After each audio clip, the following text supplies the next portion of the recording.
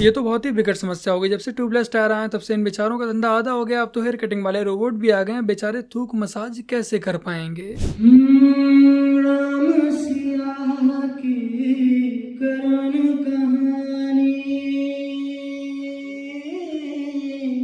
एक है चंदन एक है पानी। राम सिया राम जय जय राम। राम सिया राम जय जय राम। बहुत बढ़िया भाई, लेकिन गलती से भी ये भाईचारा जाकर मस्जिद में मत दिखा देना, वरना मजहब खतरे में हो जाएगा और भाईचारे की हवा निकल जाएगी।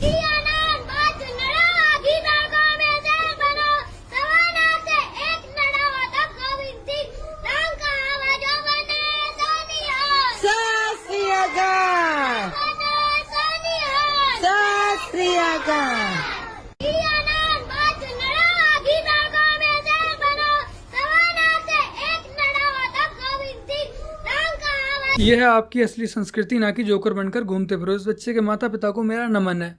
और जो बच्चे जोकर बन के घूम रहे हैं, इनके माता पिता यानी कि फादर मदर को आप लोग लाइव बटन के जरिए लानत भेज सकते हैं।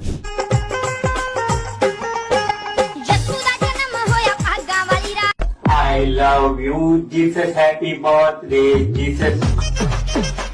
यसुदी बल्ले बल्ले, यसुदी बल्ले बल्ले, यसुदी बल्ले बल्ले। हालेलुया यीशु यीशु यीशु यीशु महाराज, हे मसीह यीशु हालेलुया, पवित्र आत्मा हालेलुया। गजब है यीशु मसीहा, गजब है चर्च निराले भक्तों के। तो राम राम मेरे प्यारे भाइयों की हालचाल मजा में एक बार फिर से आप सबका स्वागत है अपने चैनल सैफरन ब्राइट्यूड में। और मैं आपका भाई दुर्गेश लेकर आ चुका हूँ एक और नई वीडियो। एक बहन अपने भाई के मिजाज से अच्छी तरह वाकिफ है, वो खूबसूरत भी है, वो हसीन है और जमील भी है। लेकिन ये कितनी बड़ी बदअक्ली की बात है कि एक भाई अपनी खूबसूरत बहन को और हम मिजाज बहन को छोड़कर दूसरे की बहन से शादी कर लेता है और अपनी बहन को किसी दूसरे के हवाले कर देता है। जबकि फिर आगे लिखता है, जब हमारी बहन हमारे लिए खाना बना सकती है, हमारा परेशानी में सर दबा सकती है, हमारे लिए बिस्तर बिछा सकती है, हमें दवा खिला सकती है, हमारा मजबूरी और परेशानियों में हमारा ख्याल रख सकती है, तो फिर शादी करके उसके साथ जिनसी तस्कीन और जिनसी लज्जत हासिल क्यों नहीं की जा सकती है। और आगे वो लिखता है, ये कितनी बड़ी बेवकूफी की बात है कि अपनी हसीन और जमील और खूबसूरत सरमाए को और हसीन और जमील बहन को किसी दूसरे के हवाले कर दो और दूसरे का कबाड़ खाना उठाकर। कितनी सड़ी हुई मानसिकता है इस मजहब की। मौलाना ने जो लॉजिक दिया है, इस लॉजिक के अकॉर्डिंग तो मौलाना साहब आपकी अम्मी जान भी ये सारे काम करती हैं, तो क्या आप अपनी अम्मी जान से भी निकाह कर लेंगे? गजब के चोमू लोग हैं। ऐसे मौलाना दिन दहाड़े बेचारे मजहब को फालतू में ही बदनाम करने पर लगे हुए हैं। Nirav Modi case, 1,052.58 crores has been restored to the public and private banks.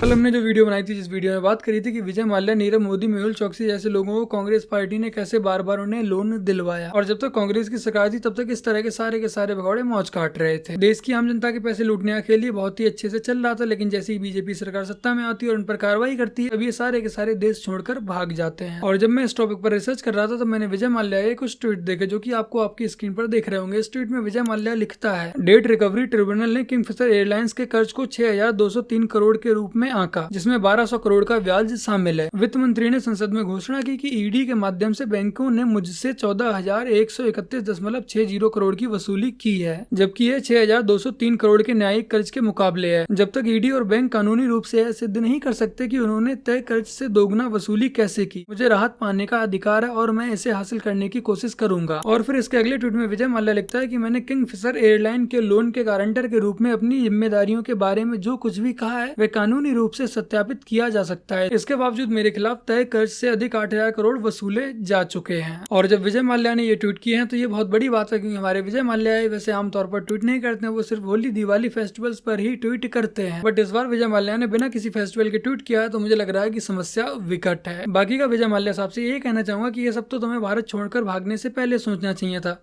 जब तुम आम जनता का पैसा लूट कर भागोगे तो कानून तुम्हारे पीछे आएगा ही। ये आज का मोदी का नया भारत है। बाकी का विजय माल्या का जो एडवोकेट है जो कोर्ट में इनका पक्ष रख रहा है उसने बहुत ही बड़ा खुलासा किया है, ये मैं आपको वीडियो में आगे बताता हूँ। उससे पहले मैं आप लोगों के लिए बता दूं कि ईडी ने अब तक 22,280 करोड़ की रिकवरी की है। यह कार्रवाई 2002 के मनी लॉन्ड्रिंग एक्ट PMLA के तहत की गई है। इसके साथ ही जो मोदी गवर्नमेंट है उसने ब्लैक मनी को रोकने के लिए विदेशों में छिपाई गई संपत्तियों का खुलासा करने के लिए SIT का भी गठन किया है। ईडी ने ये जितने भी भगौड़े हैं इनकी संपत्तियों की जांच करके पहले उसे अपने कब्जे में लिया है, फिर उसके बाद इसकी बिक्री भी की है। लेकिन इन भगौड़ों की कुछ संपत्तियां ऐसी हैं जो कि विदेशों में और उन पर कानूनी कार्रवाई के चलते वो फंसी हुई हैं। लेकिन मुझे पूरा विश्वास है कि आने वाले समय में वो प्रॉपर्टी भी इनकी बेची जाएंगी, पाई का हिसाब लिया जाएगा। बाकी का ईडी ने अब तक विजय माल्या से 14,131.6 करोड़ रुपए वसूल लिए हैं, नीरव मोदी से 1,051 करोड़ और मेहुल चौकसी से 2,565 करोड़ की वसूली कर चुकी है। और ईडी के द्वारा व अन्य संस्थाओं के द्वारा जो भी धन वसूला गया है वो उसे निजी क्षेत्रों के बैंकों और उन संपत्तियों के असली मालिकों को वापस भी कर दिया गया है। इसके अलावा रोज वैली घोटाला जो कि पश्चिम बंगाल में चल रहा है, जिसे कि आप लोग चिट फंड के नाम से भी जानते होंगे, जिसमें निवेशकों से धोखा हुआ है। ईडी ने 1,000 करोड़ की संपत्ति जब्त की और कोर्ट के फैसले का भी इंतजार कर रही है। और इस चिट फंड घोटाले का जो मुख्य आरोपी था गौतम, वो इस समय न्यायिक हिरासत में चल रहा है। हाल ही में प्रधानमंत्री नरेंद्र मोदी जी ने सार्वजनिक तौर पर कहा था कि जो गरीबों का पैसा है वो गरीबों को वापस आना चाहिए। उन्होंने आर्थिक अपराधियों और भगोड़ों को लेकर कांग्रेस पर भी सवाल खड़े किए थे। और कांग्रेस पर यह सवाल उठाना क्यों जरूरी हो जाता है? स्टार्टिंग में मैंने आपको बताया था कि जो विजय माल्या के एडवोकेट है उसने बहुत ही बड़ा खुलासा किया है। और वो खुलासा यह है कि विजय माल्या के एडवोकेट ने कहा है कि विजय माल्या को लोन दिलाने में सबसे बड़ा हाथ था वो कांग्रेस पार्टी के पूर्व PM, जी हाँ आपने बिल्कुल सही सुना है,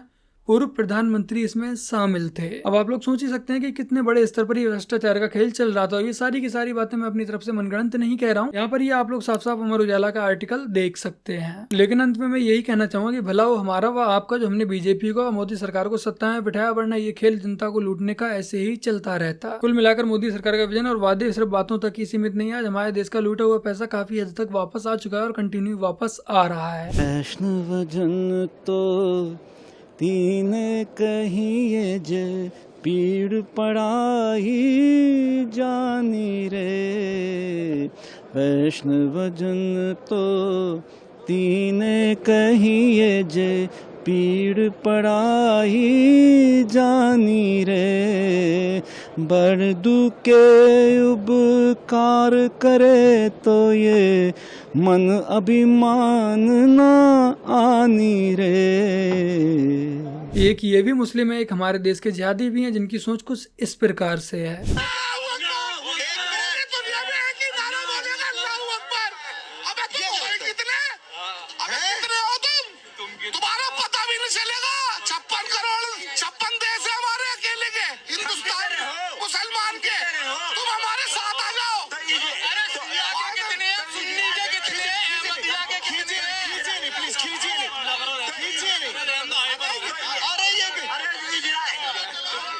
अभी ये माइनॉरिटी में, जिस दिन ये लोग मेजोरिटी में हो जाएंगे उस दिन हमारा व हमारी सभ्यता का दूर दूर तक कहीं भी नामो निशान नहीं मिलने वाला। कड़वा है लेकिन सत्य यही है। क्या नाम बताया आपने? अख्तर सैफी। अख्तर सैफी जी के पास दो चीजें सामने आ जाए कि आपको अपना हिंदुस्तान चुनना है, राष्ट्र चुनना है, या इस्लाम धर्म चुनना है, तो आप किसको चुनिएगा? इस्लाम इस्लाम है। आप जिसने दुनिया बनाया है आप उसको छोड़ के दुनिया को बनाएंगे? नहीं, मैं देश से पहले इस्लाम, पहले इस्लाम मजहब है, उसके बाद देश है। मजहब इस्लाम, पहले अल्लाह को मानूंगा मैं, उसके बाद फिर देश को, किसी और को मानूंगा, क्योंकि जिसने पूरी कायनात को बनाया हम उसी को छोड़ दें, ये कैसे हो सकता है भाई? देश के आगे इस्लाम है पहले आपका? पहले इस्लाम। तो पहले इस्लाम को चुनिएगा या देश को? इस्लाम मेरे देश के साथ जुड़ा हुआ, इस्लाम को चुनेंगे। पहले इस्लाम या पहले देश?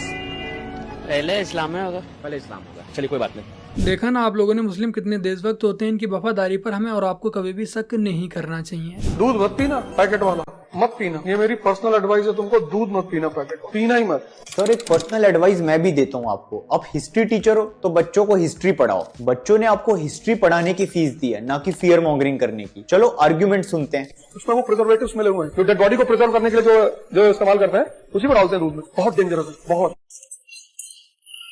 कौन सा प्रिजर्वेटिव और कितने अमाउंट में, ये भी तो बताओ सर। इंडिया में मिलने वाले पैकेट मिल्क पेस्टराइज होते हैं और इनमें कोई भी प्रिजर्वेटिव ऐड नहीं किया जाता है, इसलिए इनकी शेल्फ लाइफ भी मैक्सिमम 2 दिन की ही होती है। यस, फार्म या किसी डेयरी से डायरेक्टली मिल्क लेना अच्छी चॉइस है, बट अगर आपके पास एक्सेस नहीं है तो डेफिनेटली आप एक अच्छे ट्रस्टेड ब्रांड का पैकेट मिल्क बिना डरे कंज्यूम कर सकते हो। Stay safe.